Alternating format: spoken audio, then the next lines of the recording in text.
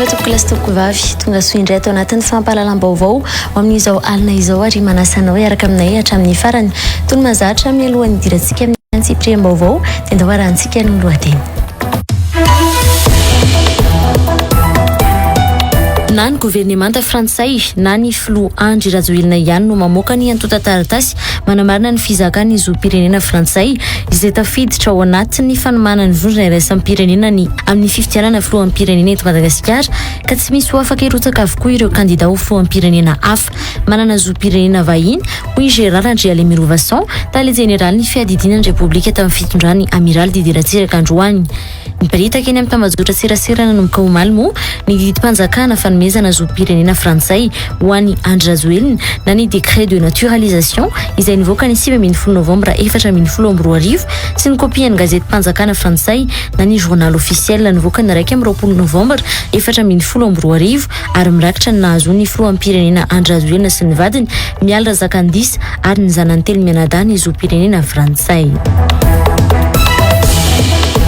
Tsy maintsy isy ny fepetra raisina rehefa hiaran-javatra ny miaramila eo ambany fifehezana toy ny seho tany Morondava nandritra ny miavatory tany an-toerana ny alahady lasa teo raha ny nambaran'ny sekretera-panjakana miadidiny zandarmerie am-pirenena ary nanamariany ihany koa fa tsy misy zavatra mandehandeha ho azy fa misy antony mahatonga isy renitrangy ireny ary tokony hanazava izany ny tompon'andraikitra tany an-toerana hoy ny général Serge Agelet. Taratry ny fahatahoran'ny fitondram-panjakana ny solombavam-bahoaka sy teny randrena soloniako kosa nefa ny filana sotasota atao isaky ny miavatory izay nahitana sakany hatrany tamin'ny toerana rehetra nandehanana hoy ny solombavam-bahoaka Mamiaja Charlot. Niverina nanomboka ny tolakandro teo ny fahatapahan-jiro any tambazotra iraisana Antananarivo. Raha namahery ny 590 no niara-ny fahatapahan'io izay maharitra ora iray sasany hatramin'ny ora roa sasany raha ny fanambarana avoaka ny orinasa Jirama. Ny fikortana ny famokarana herinaratra ao an-dekaleka ka mahatonga ny fahabangan'ny vonkatra herinaratra no mitarika io fahatapahan'io raha ny fanambarana ofisialy navoaka ny Jirama ao anaty page Facebook ny Androany. Hoentiny miora amintsika kosa indray zao ireo tsara ho fantatra mahakasika ny vinavinany mety ho toetry ny andro ho any Rampitso.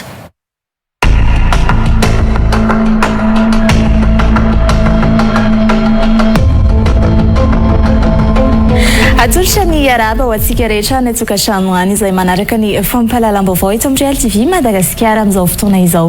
Andao ohatra fantatsika hoe toy ny ahoana indray ny mety ho vinavina amin'ny toetry ny andro raha ho any Rampitso alakamisy 15 ny volana Jona taona 2020 sy 2020. Amin'ny ankapobeny dia saika ho maina ny toetr'andro amin'ny faritra maro eto Madagasikara. Raha saika hivadibadika kosa nefa izay mety ho vinavina ny toetry ny andro izay any avaratra atsinanana sy any amin'ny ilany atsinanany Madagasikara iny. Andao ary ho fantatsika izay mety ho vinavina amin'ny toetry ny andro izay raha ny tapany maraina ho an'ny afoatany no anomboantsika azy dia hitantsika amin'izao fa ifandimbiasa ny rahona sy ny masoandro izy raha toka hibalika kosa ny masoandro ho an'ny ato Fianarantsoato. Raha ny any Mosbe ary no anoizantsika izay mety ho vinavina amin'ny toetry ny andro izay dia hitantsika amin'izao fa ifandimbiasa ny rahona sy ny masoandro i Mosbe ka vinavinaina manodidina ny 13 ka hatramin'ny 20 degré Celsius ny maripana. Raha iverenantsika kosa ary ireto faritra sisa ambiny ireto dia saika hitoetra ny orana tandrifin-drahona ho an'ny any Sainte Marie sy Toamasina. Raha saika hibalika kosa ny masoandro any andrefana sy any amin'ny tapany atsimon'ny nosy iny. Toy izay ary raha ny mety ho vinavina amin'ny toetry ny andro raha ny tapany maraina. Andao ary fantarintsika manaraka izao hoe toy ny ahoana kosa izay mety ho toetry ny andro izay raha ny tapany hariva ho an'ny afoatany hatrany no anoizantsika azy. Da hitantsika amin'izao fa mbola hitohy izay fifandimbiasa ny rahona sy ny masoandro izay fa raha ikisakisika atao amin'ny ilany atsinanana ato dia saika hisongadina ny fiposahan'ny masoandro ny hariva raha saika hifandimbiasa ny rahona sy ny masoandro kosa ho an'ny ato Sainte Marie ato. Raha ny maripana ambandrindra ary no fantarintsika manaraka dia hita izany ho an'ny any Fianarantsoana izay vinavinaina manodidina ny 20 ka hatramin'ny 20 degré Celsius ary tazantsika kosa ho an'ny any Mahajanga any ny maripana ambondrindra izay vinavinaina ny 20 ka hatramin'ny 13 degré Celsius. Toy izay ary raha ny mety ho vinavina amin'ny toetry ny andro raha ho any Rampitso alakamisy. Ankasitrana isika rehetra ary niaraka aminay hatramin'ny farany ary mbola saika ampanazana ianao anaraka ny fampahalalam-baovao eto amin'ny Real TV Madagasikara. Veloma tompoko.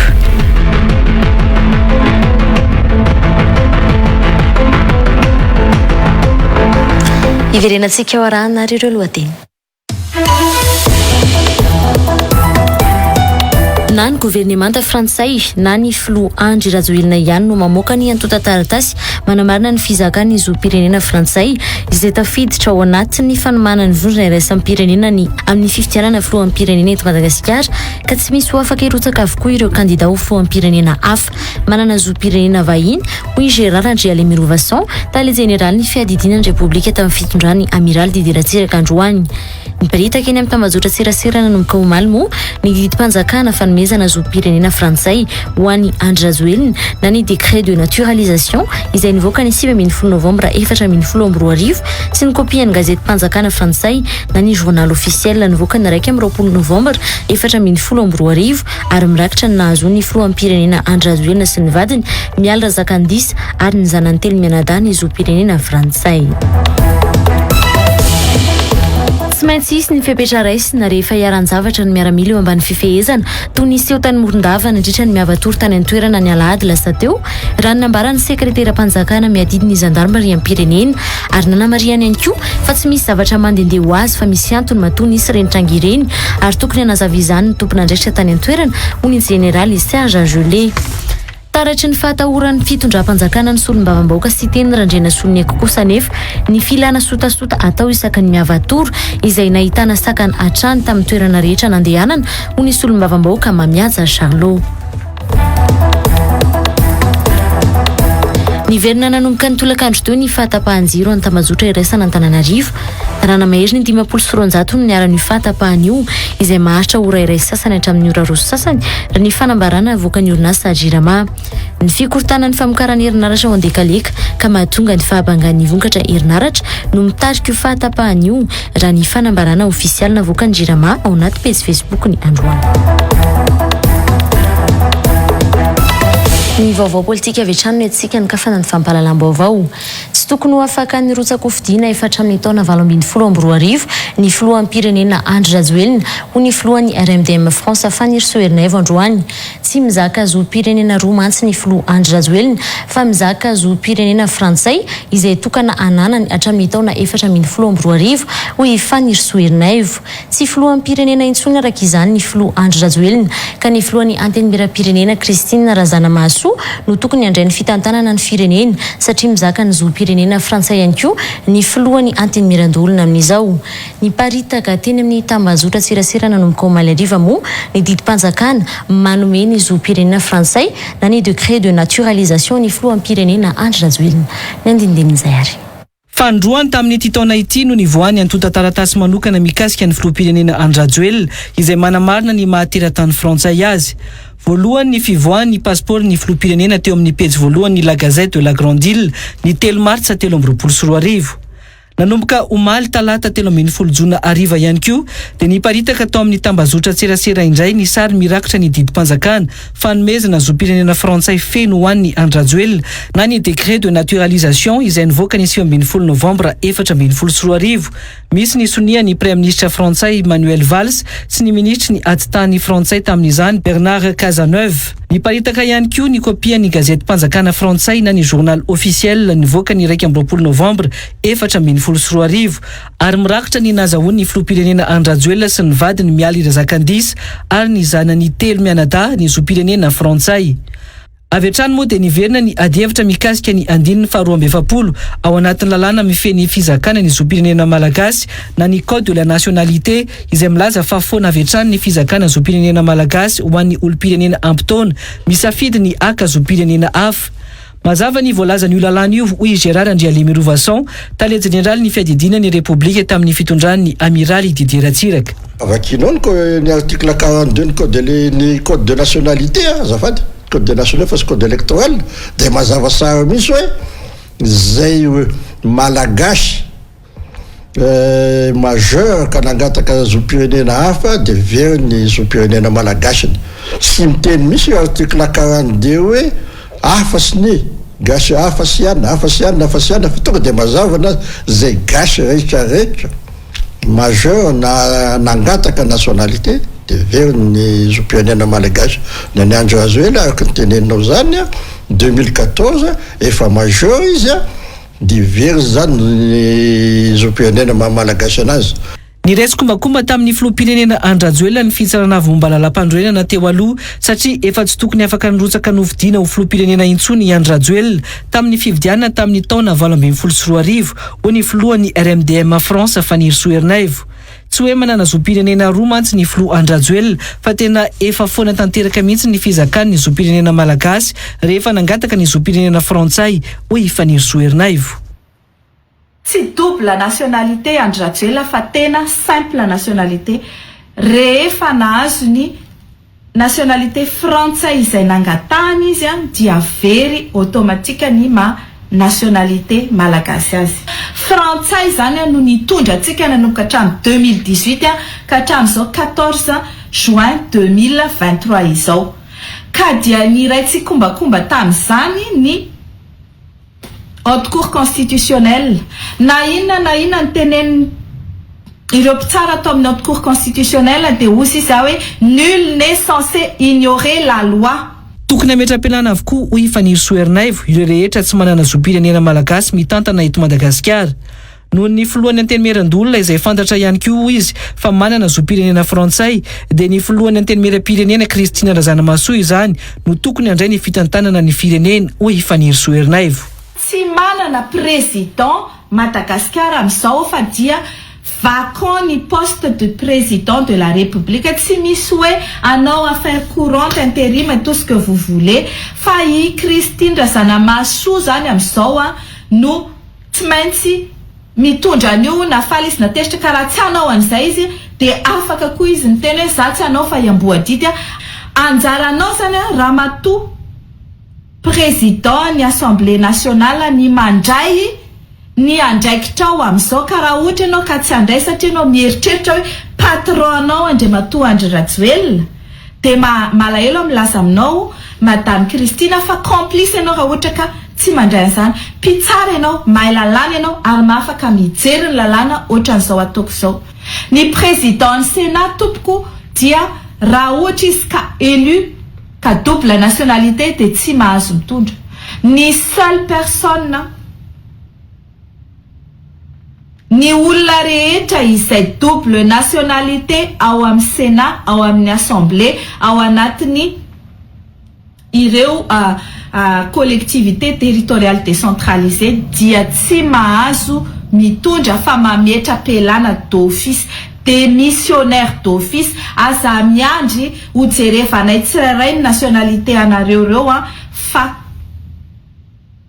tonga temela. Tsy evina fa efa nilaza ny filohan'ny antenimieram-pirenena Christine Razanamasoa ny 7 martsa 2024 lasa teo fa tokony ho jerena ihany koa ny andininy fa 5 ao anatin'ny fehezan-dalàna momba ny zom-pirenena malagasy na ny code de la nationalité fa tsy mijanona fotsiny eo amin'ny andininy fa 12 raha nitondra ny fanehoan-keviny taorinina moa ny la gazette de la grande île ny copine ny passeport frantsay an'ny filohan'ny république Andrajoelina ny 3 martsa 2024. Filoham-pirenena dia malagasy ary ny anarany gasy ray izy, gasy renjy ary hatramin'izao hoe misy tsy ny article 42 ihany no tokony ambara fa tokony ho jerena koa le article 45 dia mihitsana ny nationalité ny taloha raha ohatra ka misy ny autorisation hampihitsana an'izany.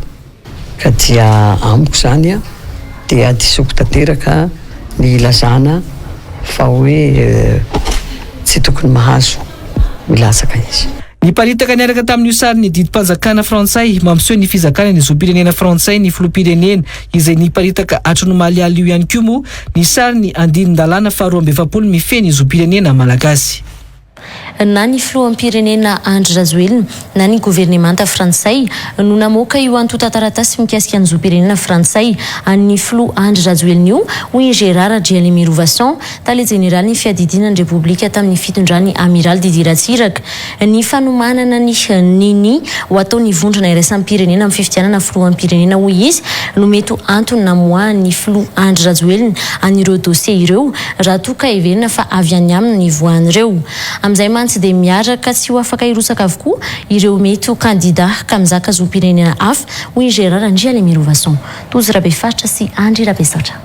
Ny ministerany ati-tany frantsay sy ny filoha Andrajoelina Ireriany no manana ny dika mitovy amin'ny didim-panjakana vita soni manome ny zom-pirenena frantsay ho an'ny Andrajoelina hoy ny tale jeneraly ny fiadidinany repoblika teo aloha Gérard Andrialemiro-Vasson androany. Na izany ny gouvernemanta frantsay na ny filoha Andrajoelina ihany hoy izy no namoaka sy nanaparitaka n'ireny antota taratasy ireny teny amin'ny tambazotra tserasera sosialy.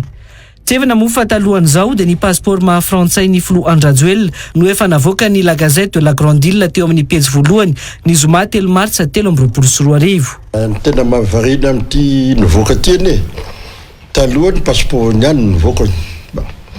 Tsy indray mandeha tikatra ny décret misy sonia misy nivoaka. Io décret io anefany mazana mako ny décret reny ny tompony ihany mahazo na ny archive ny premier ministre ihany fa sy mivoaka reny fa ampliation conforme ihany no mivoaka. Nefa ny tena mahavarina amin'ity indray mandeha tikatra ny décret misy soniany Manuel Valls misy sy Cazeneuve misy mivoaka.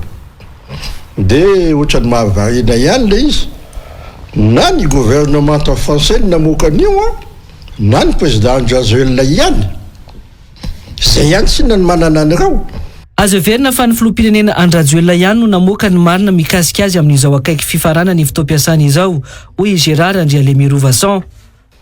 Ka raha zay ny fipetraky ny raha dia mety ohatran'ny olona rehetrarehetra ihany ny président de république hoe zaho zalahy dia lasany fanahy masina koa nizaha teo filoham-pirenena natao hanaza ny lalàna sy hampanaza ny lalàna dia alohan'ny fen'ny mandako hanaza ny lalàna dia ampisehoako anareo fa vazaha koa ary mianjera ao amin'ny article 42 code de nationalité dia sy lasaka ako.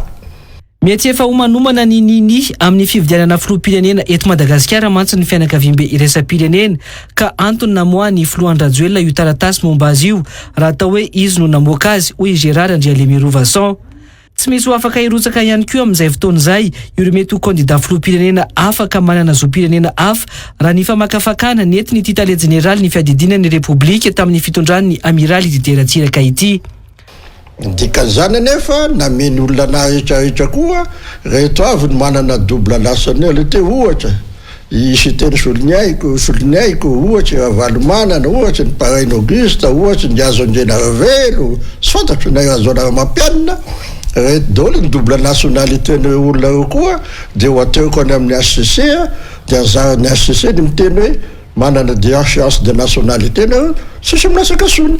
Dikan'izay raha manomana anao nini ny communauté internationale amin'ny fifidianana manaraka dia ozy izy Andrajoelina iny lasany fanahy masina hoe olona aleo za président de république misy ny anao nini fa sy reny saritra inona misy ao ahoana any mampivoaka ny décret misy sonia na premier ministre raha sisy tompony namoaka azy. Tsy maintsy andray fanapa-kevitra amin'izay ny fitsarana avy momba lalam-panorenana na tsy afaka enjehana aza ny HCC nanaiky ny filotsako vidin'ny Andrajoelina tamin'ny 2024 noho izy ireo tsy afaka manao fanadihadiana momba izany hoy Gérard Andrialemiro-Vasson. Ny HCC ne cour juridictionnel izy sy manana enquêteur sy manana inonina izy na délation angambany no tonga ny aminy ho afaka mijuge izy na fangatahana olo sotra na sahala am'izany dia sy afaka manamarina an'izay zany ny HCC be dia be moa ny olona ny telefona anaky teo fa ahoana ny nahatonga an'io sy hita ny HCC ka ny HCC anao sy manana cour d'instruction juge d'instruction zay sy nahitany an'io nahitana rio ahoana moa ny anaovany instruction zavatra hafa sy ao anatin'ny juridiction constitutionnelle zany ny instruction zay no nahatonga an'io zavatra io tsy afaka manao instruction zareo dia zay dossier tonga eo takiny lalàna amin'ny fifidianana iny ihany ny jerevana ka sarotra be ny anomesiny ny HCC hoe sy nanao ny asanareo nareo fa izao izy mivoaka zao kosa ka avoakany président Rajoel rehetra avy tsy manana dikan'izay a de manana ny instrument am'izay ny ACC de afaka amin'ny statut am'izay ianao a manana double manana déchéance de nationalité de sy afaka milasaka na izy io tsy hevina fa isan'ny andin-dalàna nampidirin'ny filoha teo aloha Marc Ravalomanana tao anatin'ny fantsina ny lalam-pandroena ny Repoblika fahatelo izay nataony tamin'ny alalan'ny fitsapakevim-bahoaka ny 4 ny fandrarana ny fahafana mirotsaka ho fidiana ho filoham-pirenena ho an'ireo izay mizaka zom-pirenena hafa ankoatra ny zom-pirenena malagasy saingy ny esorina ny fitondrana tetezamita no tarihin'ny Rajoel io andin-dalàna mikasika ny tsy fahafahan'ny olona manana zom-pirenena roa na mihoatra hirotsaka ho fidiana io tao anatin'ny lalam-pandroena ny Repoblika faha-efatra izay nolaniny tamin'ny alalan'ny fitsapakevim-bahoaka ny 17 Novambra 2020.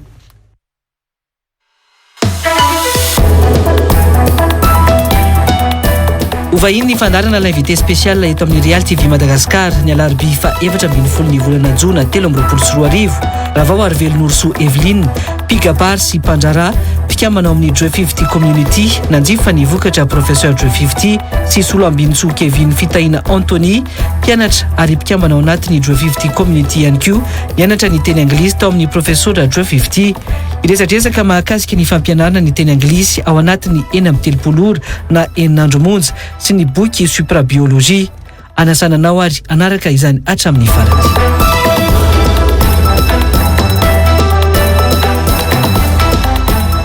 Ny avy amin'ny Jeux 50 community indray no iaraka amin'ny Tojorabefaritra ao anatin'ny fandaharana l'invité spécial aoriny zao fampahalalam-baovao izao. Fotoizantsika kosa ny ansipiriany vaovao.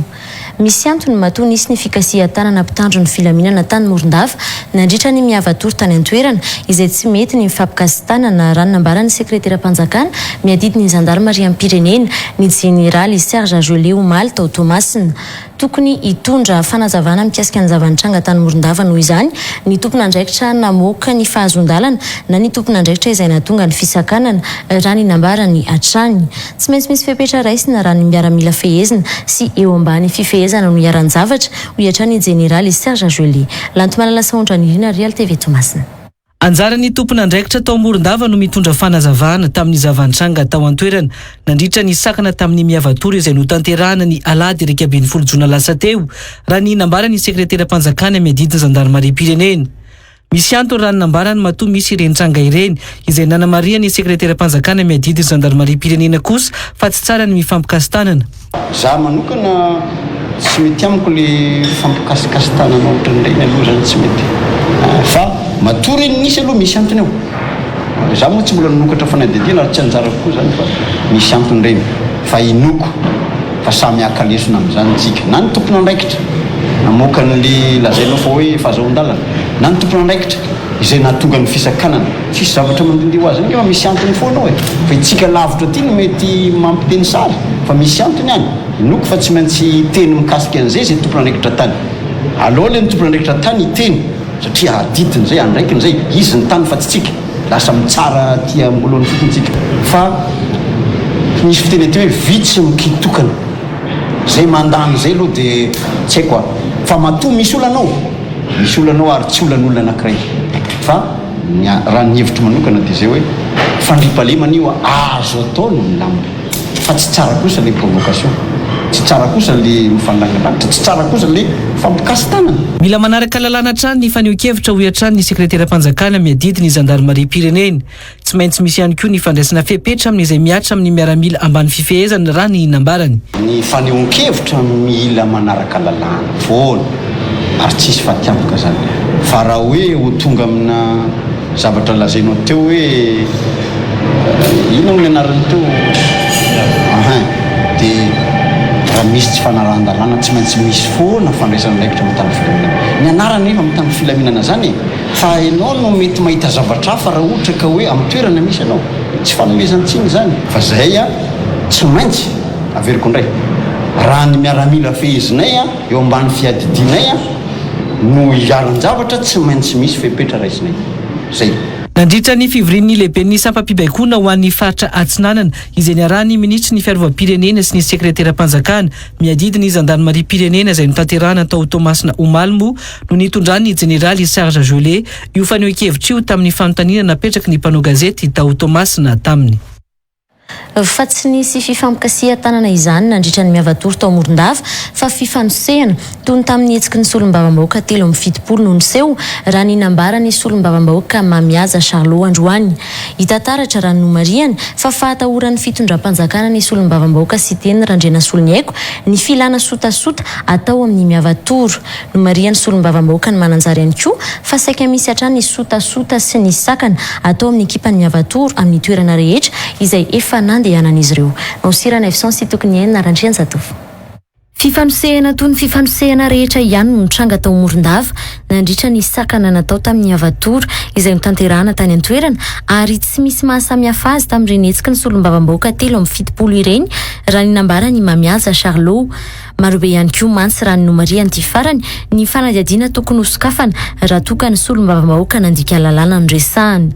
Tena porofoiny zao fanjakana zao ny filana sotasota aminay miavatoro amin'ny fomba rehetrarehetra sy nisy fikasihan-tanana natao fa toy ny zavatra nataon'ny honorable député Rosy teny Analakely tamin'ny 2018 reny ihany no nisy tao Morondava fa ny amaritako ny zavatra misy tao dia fifanosehana ohatra ny fifanosehana rehetra fa ny mpitandro filaminana moa efa noana ny andro nafana hanika rehefa raikitra ny fifanosehana ohatra ny zavatra efa nisy teto Madagasikara regny ary zao no mba afarako raha ohatra ka hoe solombavam-bahoaka mandika lalàna zany be dia be ny fanadiadiana tokony hosokafana eto Madagasikara.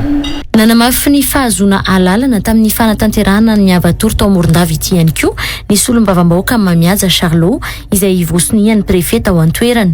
Tamin'ny roa tolakandro fotoana nanatanterahana ny miavatory io andro ny alahady 1 Jona io nefa no nilana sotasota tamin'ny fanapahan-kevitra tsy matotra ny raisina ny avy amin'ny miavatory ho hiatrany ity solombavam-bahoaka ny mananjary ity.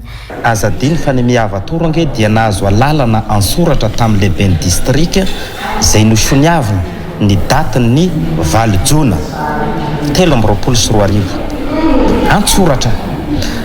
Rehefa anakany izy sy nisy fampandregnesana anay mpikarakara ansoratra na ambava na an-telefona na mba nagnirak'olona fa akory ny atairana efa ny olona mitanjozotra ampilamina namonjy ny kianja morimo no ny sakanana teo ambavahady zany hoe izahay ange no nilany mpitandro filaminana sotasota tao ary tamin'ny alalana ty prefet sy matotra tamin'ny fanapahan-kevitra ny raisiny ty ansoratra ny nagnomezany alalana anay amin'ny lerana menay olo amin'ny rora tolakandro no nigadona teo izy miaraka amin'ny force be da be. Tsy vahoandroany no nisy ny sotasota natao tamin'ny ekipany miavatory ho hiatrany ny solombavam-bahoaka Mamiaza Charlot. Saika nahitany izany avokoa ny toerana rehetra izay nolalovany miavatory raha ny fanamariana nataony. Toy ny olona mamaky barazy rehetrarehetra satria azadiny kosa ange fa maty ny demokrasia eto Madagasikara. Sy afaka maneho hevitra ange ny mpanao politika eto Madagasikara ary sy androany no nilana sotasota ny miavatory fa efa nandefasana disperser ange zay tao amin'ny Asirama Ambilobe nandefasana disperser zahay tao Anosy be ary io nilana sotasota sy ny provokena io zahay tao Morondava zany hoe efa ela no niansiady tamin'ny miavatory ny fitondram-panjakana fa ity ndray nitoraka ty kosa dia sangy ny ohatrany loha satria fahazahoan-tany azony natao ange sy nagny mialalana azony natao nagnano hoe miovatoerany nareo toy ny nitranga tany amina faritra hafa nitranga zany tao Mahajanga dia niovatoerany zahay. Azo heverina araka izany fa taratry ny fahatahoran'ny fitondram-panjakana ny Siteny Randrena Soloniaiko no mitarika ny filana sotasota aminy ho hiatrany ny solombavam-bahoaka ny mananjary Mamiaza Charlot. Aminay dia taratry ny fahatahorana ny Siteny Randrena Soloniaiko dia ny filambaniny sy ny filana sotasota aminy no heverina zao fitondram-panjakana zao fa vaolany. Ity sary ny Siteny Randrena Soloniaiko izay nanosika mpitandro ny filaminana tao Morondava ity moa no niteraka resabe io.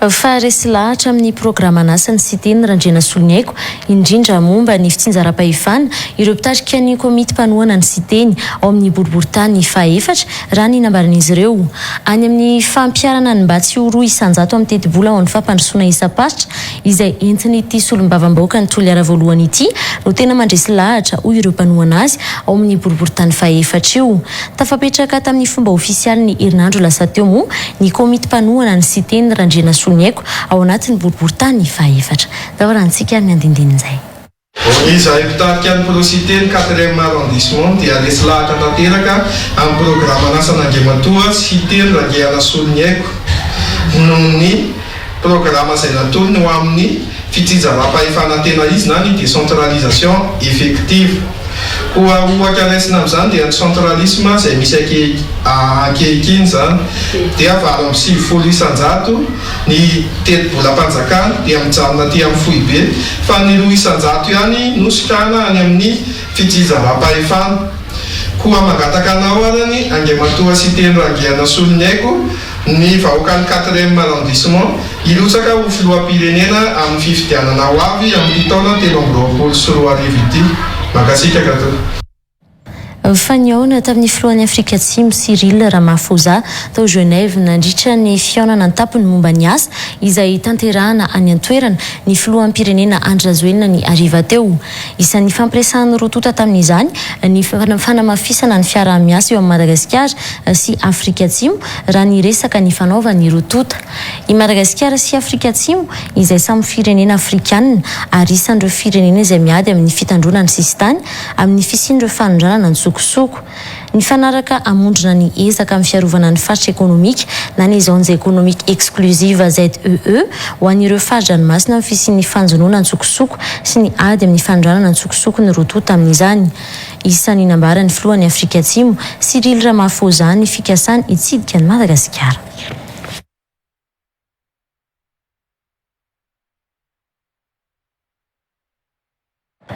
fatafiditra ao anatin'ny laharam-pahamehany fanjakana ny fampiarana ny rary ny ara-tsosialy amin'ny sehatry ny asa amin'ny alalan'ny fanavaozana ny lalàna mifehy ny asa mba hifanaraka sy hamaly ny etaentan'ny mpiasa sy ny mpampiasa raha ny tatitry ny ministry ny asa androany tao Genève efa nisy ny dingana vita ny Madagasikara ho fanatanterahana ny fiara-miasa sy ny fifanomezan-tanan'ireo telotota ho fanatsarana ny sehatry ny asa sy ny tontolon'ny mpiasa eto Madagasikara isan'izany fanavaozana ny lalàna mifehy ny asa izay efa taona ny rosona tamin'ny fanavaozana ny lalàna ary andrasana ny fankatoavana izany ho iatran'ny ministry ny asa nandritra ny fivoriana an-tampony izay notanterahana tao Genève ary andraisan'ny Madagasikara anjara amin'ny alalan'ny filoham-pirenena Andry Rajoelina ny fanaovana sonia an'izay fifanarahana iraisam-pirenena miisa 4 mikasika ny fanatsarana ny fijerena ny lafin'ny fahasalamana sy ny fiarovana ny ain'ny mpiasa eo am-panatanterahana ny asany ndao arahantsika ny tatry ny vaovao avy any Genève izy voka-tsy mivaingana amin'ny fampiroboroboana ny asa ny fandrarana sy ny toe-karena ny ezaka vita ny fanjakana amin'ny fametrahana ny rary ny ara-tsosialy amin'ny sehatry ny asa mahatsapa ho voaro amin'ny mety ho endrika sy fanaran-dalàna misy eo amin'ny sehatry ny asa manomboka izao ireo mpiasa noho i Madagasikara mampiditra ao anatin'ny lalàn'ny asa ny fampiarana ny rary ny ara-tsosialy amin'ny sehatry ny asa hoy ny solitena ny Fisemare dia eto zany hitena ny mpiasa hoe tokony tsisy aya fa rehefa misy tsy mety tokony sahy miteny ary amin'ny rariny sitsiny ary ampanajana fa ny lalàna efa mipetraka io izay tokony arahany rehetra rehetra dia izay zany no hita taty ary te namafy ny sainy zareo fa tsy ao Madagasikara rery misy tsy mety fa erazay firenena izay teo nanatrika na ny fivoriana na ny commission dia misy olana avokoa fa noho izany eran-tany io fa mila mirahina isika ary mila miara mivondrona ary mila mitady ny tombontsoa ombonana miaraka na ny fanjakana na ny mpampiasa na ny mpiasa isongadina amin'ny fivoriana an-tampony ny fanaovan'i Madagasikara sonia ny fifanarahana iraisam-pirenena miisa 4 mikasika ny fanatsarana ny fijerena ny lafin'ny fahasalamana sy ny fiarovana ny ain'ny mpiasa eo am-panatanterahana ny asany isan'ny fankasitrahana manokana tamin'ny birao iraisam-pirenena momba ny asa no ny dingana goavana totosa tao anatin'ny 4 taona i Madagasikara no firenena fahadimy maneran-tany manao ny ratification an'ireo fifanarahana iraisam-pirenena mahakasika ny fanatsarana ny fijerena ny lafin'ny fahasalamana sy ny fiarovana ny mpiasa eo am-panatanterahana ny asany fikambanana fototra momba ny tontolon'ny asany OIT ka zava-dehibe ny nanekeny Madagasikara amin'ny ratification fifanarahana maromaro ho ny solotena ny GEM izay misolotena ireo mpiasa any Genève ihany koa. Mampitombo ny fahatokisan'ny mpampiasa vola ny Madagasikara ihany koa ny fandraisana anjara ho hiatrany Noro Andriamamonjy Arsan. Tsy justice sociale zany raha tsy misy orinasa mitsangana tsara ary mivelona tsara ary ny environnement ny fitofana ny tontolon'ny asa sy ny tontolon'ny fampiasana vola dia mirindra tsara satria tsy matoky ny mpampiasa vola raha ohatra ka tsy izay zavatra rehetra izay. Faharoa koa raha ohatra ianao ka tsy miditra ao anatin'izay fenitra hoe justice sociale zay ny mpampiasa vola sy mpividy entana koa ohatra hoe miresaka famokarana lamba ohatra dia tsy mahatoky ianao ametraka ame commande ianao satria ianao firenena tsy manaraka fenitra. Noho izany zany dia zava-dehibe ho an'ny mpampiasa mihitsy ny fanarahana fenitra sy ny fiarah-miasa amin'ny fanjakana sy ny fikambanan'ny mpiasa amin'izay fanarahana fenitra amin'ny tontolon'ny asa zay ary indrindrindrindra ny tanjona arak'izay dia ny fanatrarana an'izay justice sociale pour tous zay. Ho an'ny Madagasikara, tafiditra ao anatin'ny laharam-pamehan'ny fanjakana ny fampiarana ny rariny ara-tsosialy amin'ny sehatry ny asa amin'ny alalan'ny fanavaozana ny lalàna feny asa mba hifanaraka sy hamaly ny etaetam-piasa sy ny mpampiasa. Efa nisy ny dingana vitan'ny Madagasikara ho fanantanterahana ny fiara-miasa sy fifanomezan-tany ireo telotonta ho fanatsarahana ny sehatry ny asa sy ny tontolon'ny mpiasa eto Madagasikara. Isan'izany fanavaozana ny lalàna feny asa izay efa roa taona no nirisona tamin'ny fanavaozana ny lalàna ary andrasana ny fankatoavana izany ho ny tatry ny ministry ny asa. Eo ny visibilité ny Madagasikara amin'ny fampanajana ny lalàna amin'ny ratification ity. Ty ratification ity dia fahadimy Madagasikara eran-tany amin'ny fanaovana an'izay ratification zay. Faharoa zao ratification zao dia mitondra antsika amin'ireo fanavaozana ny lalàna momba ny asa eo Madagasikara. Izay fanavaozana rehetrarehetra efa natao sy mbola atao dia arahana amin'ny mpampiasa sy ny mpiasa hatrany satria leo le tripartisme miezaka ihany koa tsika ny manatsara an'izany hatrany ihany koa eo amin'ny fampiarana azy eny anivon'ny orinasa rehetra. Androamo no nanomboka ny fihaonana ny tampo momba ny asa izay tanterahana ao Genève io izay nahazoan'ny Flo Andry Rajoelina fanasana avy amin'ny Tale Général ny OIT. Omaly no tonga tao Genève ny filoham-pirenena Andry Rajoelina sy ireo delegaziona niaraka taminy nandray anjara tamin'ny fivoriana momba ny asa io. Mifanome tanana ny fanjakana malagasy tarihin'ny Flo Andry Rajoelina ny mpampiasa sy ny mpiasa eto Madagasikara ho fanatsarana ny sehatry ny asa, ny tontolo iasan'ny mpiasa sy hanatratrarana ny tanjona ny rary ny ara-tsosialy. Loha hevitra tamin'ity fihaonam-be ity ny fandiniana ny rary ny ara-tsosialy. Tena mahamenatra sady marary ny fampianarana eto Madagasikara hoy sy teny Randrianasolo Niaiko androany nandritra ny lamesa fanomezana tsodrano andreo mpianatra kilasy famaranana ao amin'ny Pierre Barré Toliara. Manana tombony nefa ireo mpianatra ao amin'ny Pierre Barré Toliara raha oharina amin'ny fitotonga ny fampianarana amin'izao io ho hiatrany ny solombavam-bahoaka ny Toliara voalohany. Isy teny Randrianasolo Niaiko moa no raim-pia anireo mpianatra ny sekoly Pierre Barré ireo izay nahazo tsodrano androany mialohan'ny hiatrehan'izy ireo ny fanadinana baccalauréat amin'ny volana Jolay ho avy izao. RTS Toliara. Potika tanteraka ny fampianarana eto Madagasikara hoy ny solombavam-bahoaka ny Toliara voalohany sy teny Randrianasolo Niaiko nandritry ny lamesa fanomezana tsodrano ireo mpianatra nala baccalauréat ao amin'ny Pierre Barré. Hitantaratra tao anatin'ny tatra izay nataony FMI io faratsy kalitaon'ny fampianarana io Jeanny Kabary nataony. Raport'ny FMI farany teo iny dia nilaza fa ny kalitao na ny qualité ny fampianarana eto Madagasikara dia mahantsa tanteraka. Sady topotra vakivaky ny fampianarana eto Madagasikara sady tena mahamenatra no maharary satria tena potika tanteraka ny fampianarana eto Madagasikara izany. Manana tombony anefa hoy izy ireo mpianatra amin'ny sekoly Pierre Barré io izay manana fampianarana misy kalitao ary afaka entin'ireo mpianatra miatrika fiainana. Nefa ianareo nanana chance nianatra tamin'ity école ity izay fantatra satria manana école koa tena koa any Antananarivo miezaka mitondra an'izay qualité ny éducation izay omenantsika zanaka malagasy. sahako ny milaza fa voateza ara-batana ianareo, ara-tsaina, ara-panahy. Anisany fitaovana entinareo miady amin'izao fiainana izao zay, ary manana éducation misy qualité kokoa par rapport amin'ny fampianarana eto Madagasikara.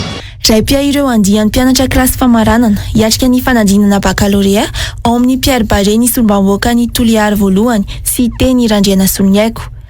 Ireto andiany indray miry ireto izay nomena ny anarana veillant ary misy 200 ireo hiatrika ny baccalauréat amin'ny volana Jolay ho avy izao io. Ho an'ny androany nisy ny lamesa ho fitsofandrano ireo mpianatra ao an-toerana.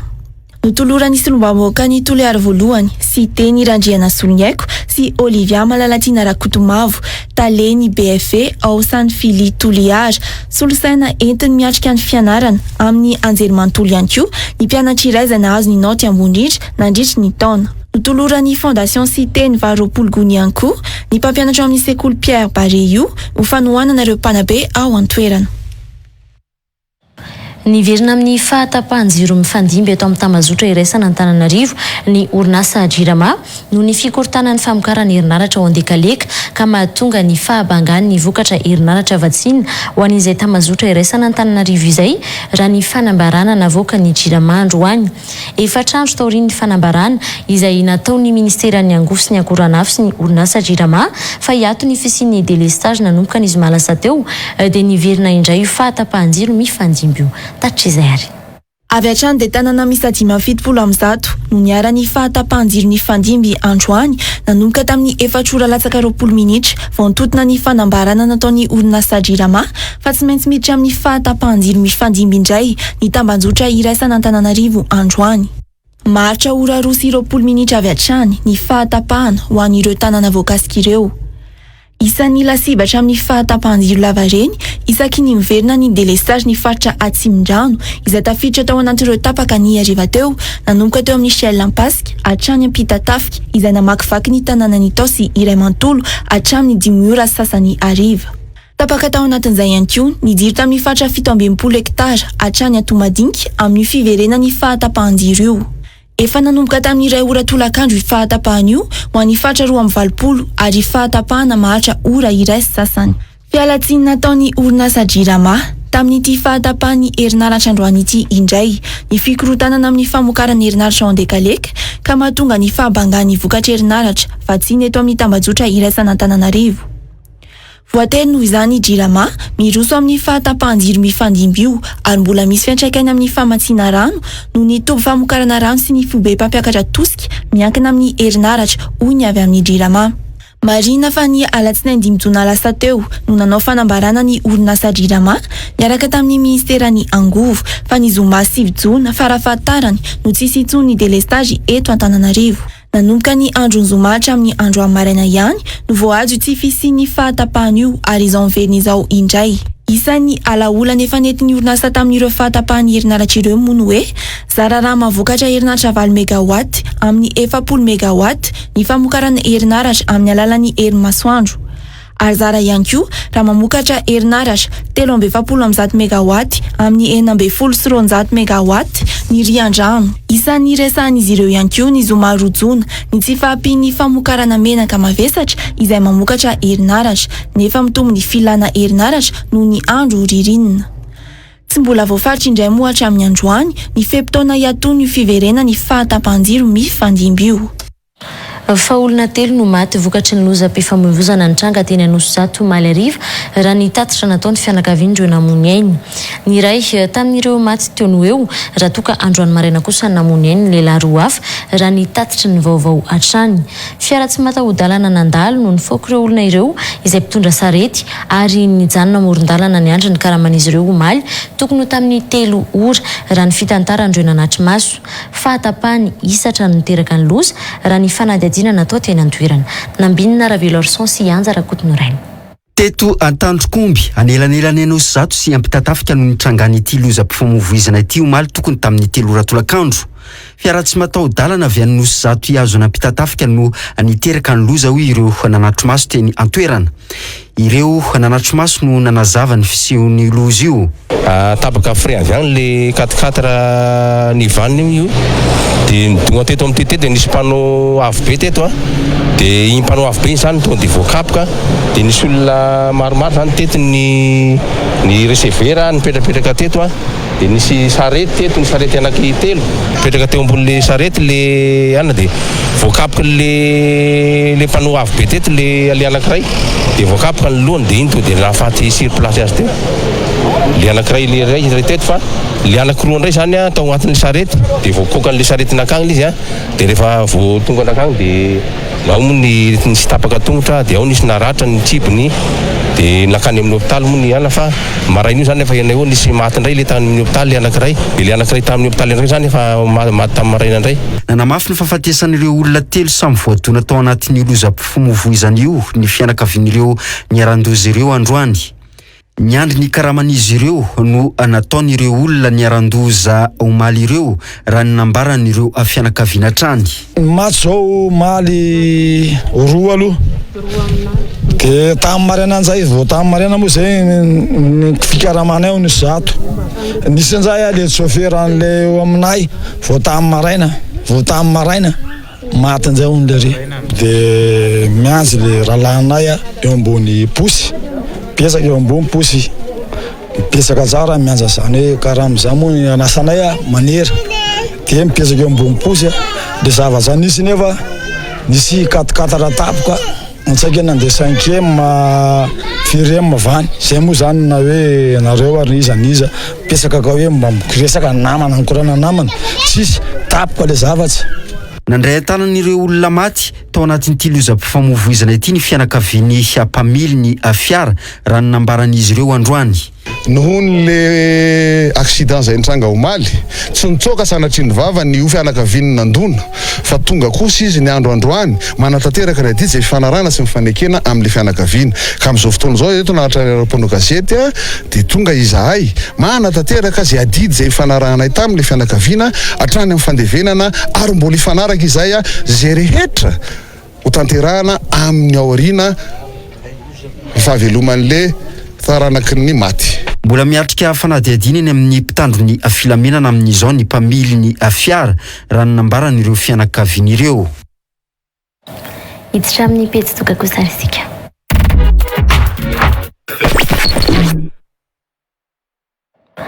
Isy ny tolotra vaovao izay karakarain'ny ikoragna IMO ny fitsidiana sy ny fivarotana tany izay ho tanterahana ny 7 ny volana Jona ho avy izao. Etsika fividianana tany sy fikarakarana taratasy tany ary ny fomba rehetra ahazona tany eny malaza ampitatafika. Natao ity etsika ety hanamorana ny fahazona tany ho an'ny olona manana fikasana hividy tany ary isy ny fisoratana anarana ho an'izay hanao fitsiriana io toerana ahazona tany io. Ny sabotsy izao amin'ny 10 maraina ny fiangano amin'ny centre commercial Santilo Anosato izay misy ny foibe ny ikoragna IMO ary ahasoenam-bidy ireo olona 10 tonga voalohany anatanteraka izay fitsidiana izay. Ndahoarantsika ary ny andindininy.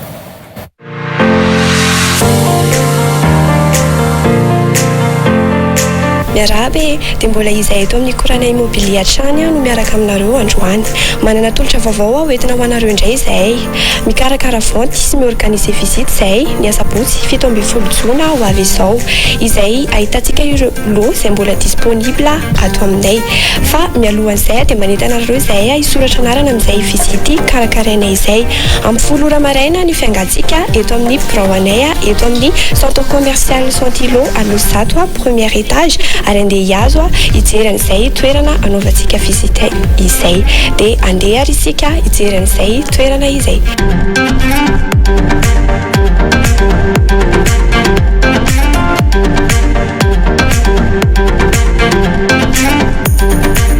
Ety ny toerana anaovantsika an'ilay visite amin'ny sabotsy ho avy izao ary ilay tolotra tena tiany atolotra ho anareo dia ho an'ireo mpanjifa 10 tonga voalohany ato aminay dia mahazo remise 5 à 10% ao aorianan'io visite karakaraina io.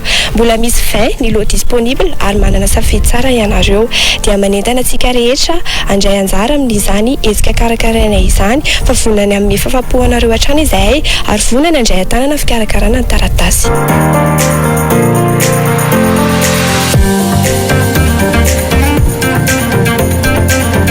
hitantsika amin'izao fa tany tonga amin'ny fiara somatsara ary efa azo andrenana avy hatrany efa misy jiro ihany koa ny loha ambandritra dia 250 mètres carrés tiana eo amafisina ho anareo ihany fa tsy misy ny droit de visite izany hoe gratuit ny visite ato aminay malalaka tsara ny parking ho an'ireo izay mitondra fiara ary misy ihany koa ny fiara iraisana ho an'ireo izay tsy mitondra fiara dia mbola manentana anareo hatrany izay andray anjara amin'izay visite karakaraina izay fa vonana anome fahafapo anareo izay ary vonana andray an-tanana fikarakarana ny taratasy hatramin'ny farany.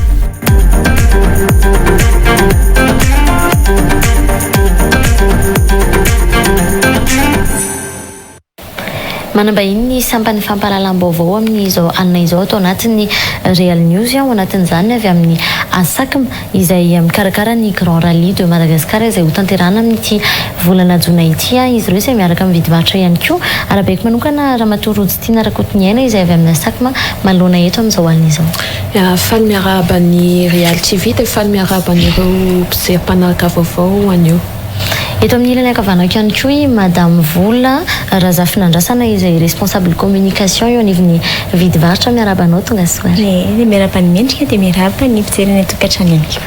Eny ary araka ny fahafantarana mandeha moa zany amin'izao fotoana izao misy an'ilay Grand Rally de Madagascar karakara ny ASACM amin'ny zoma faha 11 ny volana jona sy ny sabotsy fa 7 ny volana jona ary ny alahady fa 9 ny volana jona ho avy izao efa akaiky ny fotoana Madame Rojitina manahoana izao aiza ny fanomanana an'izay hetsika izay.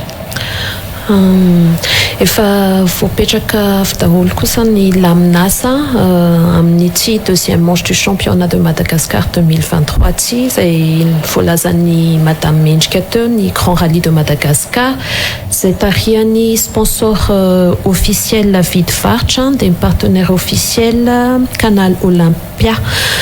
Ny PC dia ao amin'ny Canal Olympia Iarivo manomboka amin'ny 19 Jona manomboka amin'ny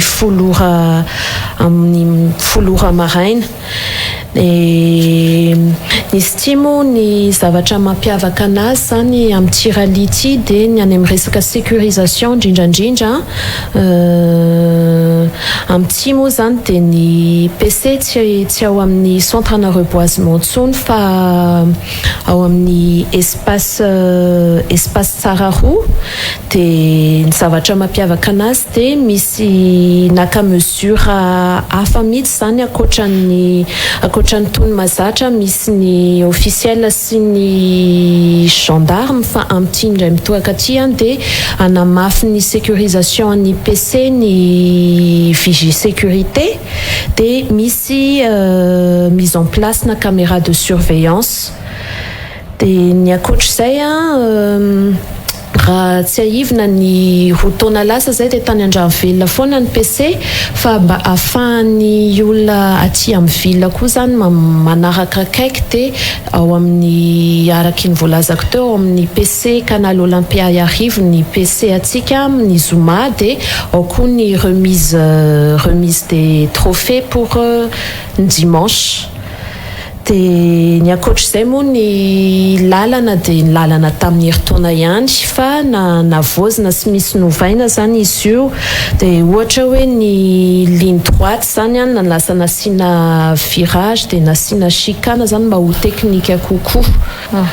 Todika kely atao amin'ny Madame Vola manodidina an'izay fikarakarana izay ihany ho an'ny vidivarotra manokana zany anisan'ny safidy hoe anohana an'ity Grand Rally de Madagascar ty. Inona no antony izay safidinareo izay hoe hiditra ao anatina fanohanana fotoana lehibe tahaka an'izao hetsika lehibe tahaka ny Grand Rally de Madagascar? Ny vidivarotra moa amin'izao dia ao anatin'ny fankalazana ny faha-roapolo taonany izay no antony iray lehibe anohananay ity Grand Rally de Madagascar 44e édition ity ka ho fanamariana an'izay dia isy ny loka goavana be ho an'ny vainqueur na ho an'ny mpandresy an'ilay rally zany ao amin'ity andehan'ny faha-efatra ity dia tany mirefy 300 metatra carré eny alazaina Faradrano eny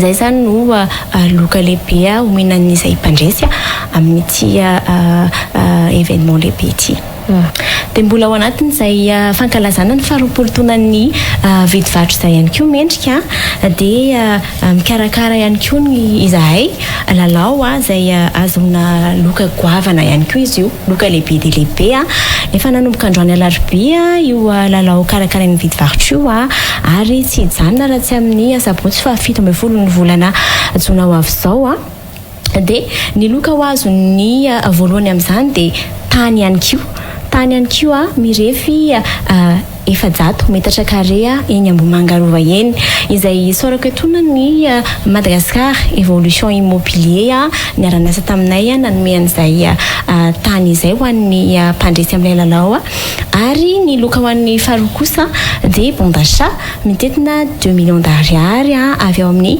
kesika.com izay zany no antony roa lehibe azo atao hoe ho fankalazana ny faharoapolo-taonan'ny vidivarotra amin'ny tonty ka atao ahoana ny atao raha te handray anjara amin'izay lalao izay ny ataon'ny mpandray anjara zany dia tsotra fotsiny miditra ao amin'ny tranokala vidivarotra.amg ianao dia mila maka sary ary asehonao miaraka eo amin'ny écran anao eo zany hoe affiché eo amin'ny écran anao eo ilay tranokala vidivarotra.amg na ihany koa afaka mampiasa ny application mobile ianao raha ohatra ka hoe smartphone no anananao dia postenao ao amin'ny compte Facebook nao ilay sary zay ary asianao soratra hoe je suis connecté sur vidivarotra.amg dia mentionnenao ny page Facebook journal vidivarotra ataonao en mode public zay zany hoe raha olona manana compte manao Facebook zany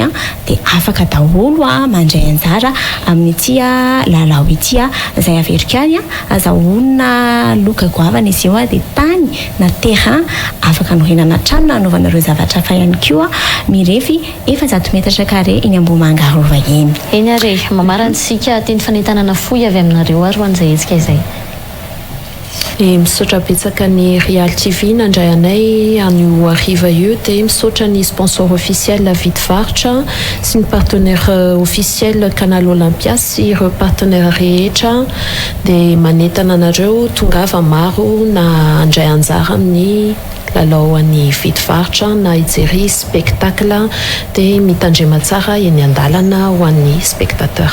Merci. Madame Vola.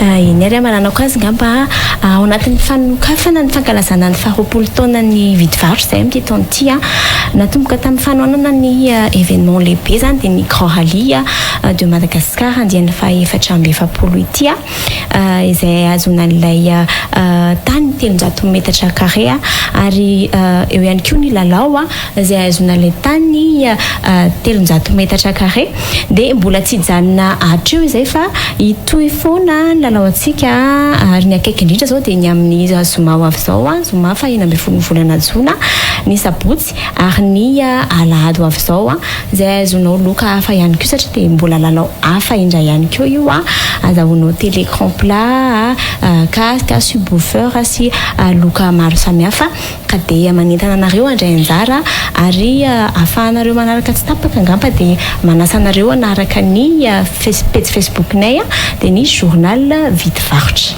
Mankasitraka anareo ny vahiny tato anatin'ny fampanalam-baovao tany tiary ny tiary. Eny ary dia mankasitraka mendrika dia mankasitraka ny fijeriny tokantrano ihany koa.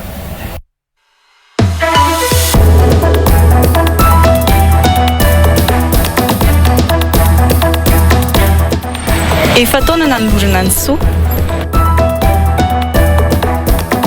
Efa taona ny karoam-baovao. Efa taona nizarana antsika. Efa taona nitsidiana ny tokantranonao. Ary efa taona nizarana vaovao. Ray Jolay 2024 Ray Jolay 2024. Real News ny vaovao marina. Ny mety ho vinavina amin'ny toetry ny andro.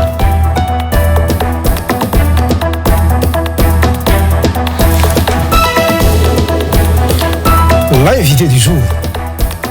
Mankalaza ny fahefa-taona, Real TV, mieux que le meilleur.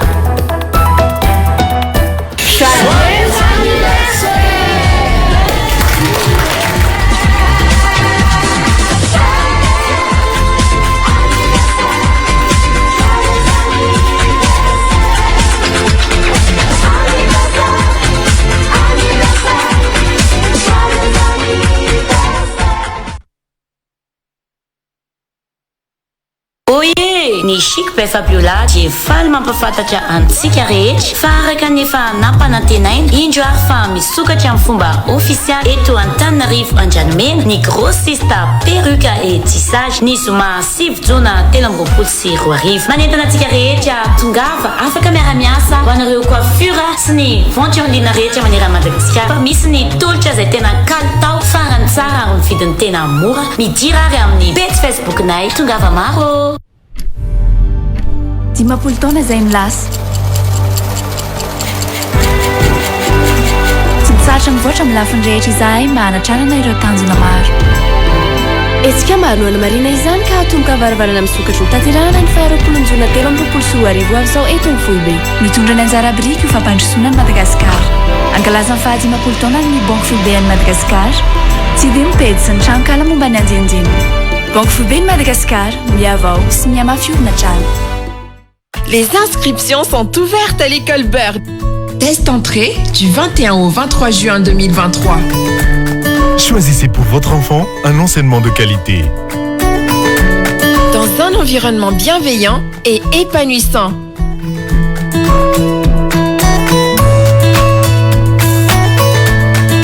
On se plaît à Bird. Offrez-lui toutes les chances de succès. École Bird, homologuée de la maternelle au lycée. École Bird, ensemble vers la réussite.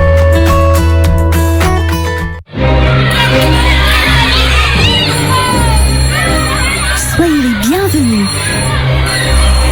ITTI American High School Madagascar est une école qui pratique un système éducatif américain 100% en anglais et accrédité internationalement, en salle et en ligne pour vos enfants de 3 ans à 18 ans.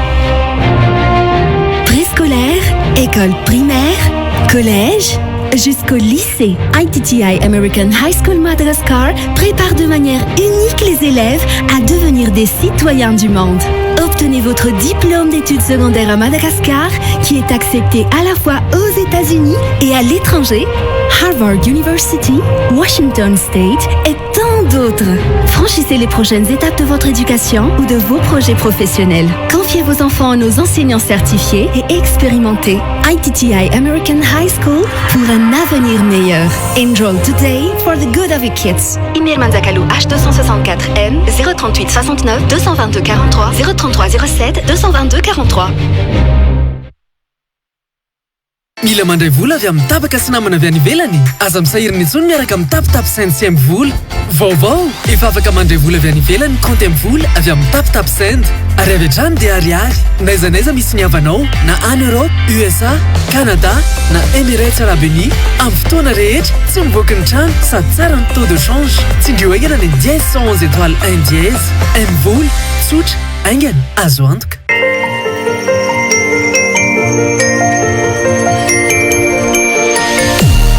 Manapetra ny fifankatiavana fandefasam-bola avy any an-dafy makaty Madagasikara amin'ny alalan'ny Western Union, TapTap Send, Ria, Orange Money Europe, Orange Money, miaina ny sakana azo antoka kokoa.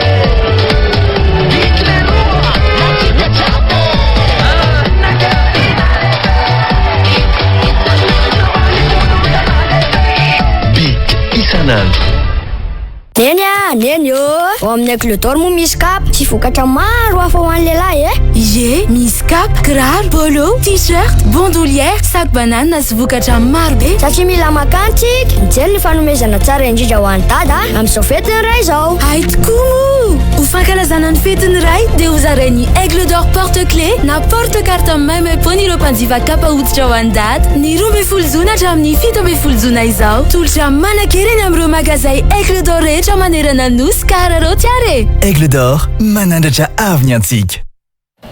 Dia izay ihany koa toko lasy tompovavy no eto manakana ny fampahalalam-baovao tamin'ity an'ity ankasitrahako feno ianao nanaraka izany hatramin'ny farany. Mbola isy maorian'izao fampahalalam-baovao izao ny fandaharana l'invité spécial izay arahana mitojo rabefaritra fa ny tena kosa mametraka ny mandrapitafa ho amin'ny rahampitso indray. Veloma tapoko.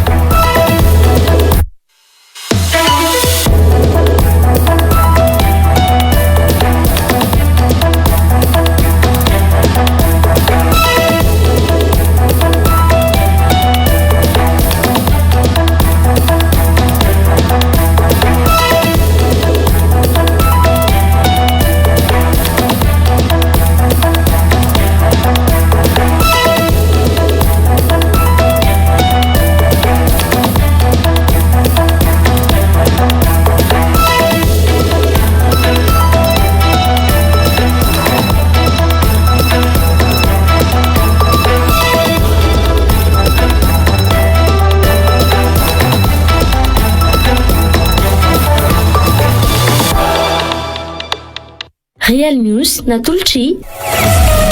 Saint-Gilbert Telma, des actualités uniques, dynamiques et renversantes dans Real News. Si.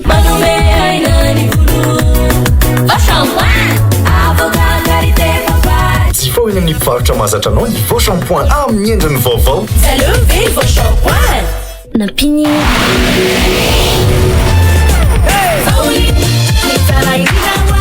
Vaovao be Vaoline poudre lavande sady manitra no mandroatra tsara nefa tsy manimba tanana. Mbola io foana ilay Vaoline mahazatra antsika. Toy ihany koa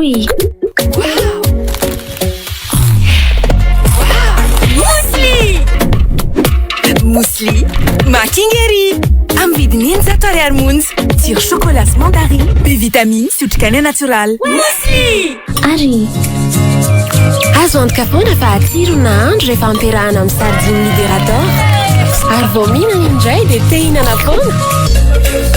Libérateur, une liberté de saveur.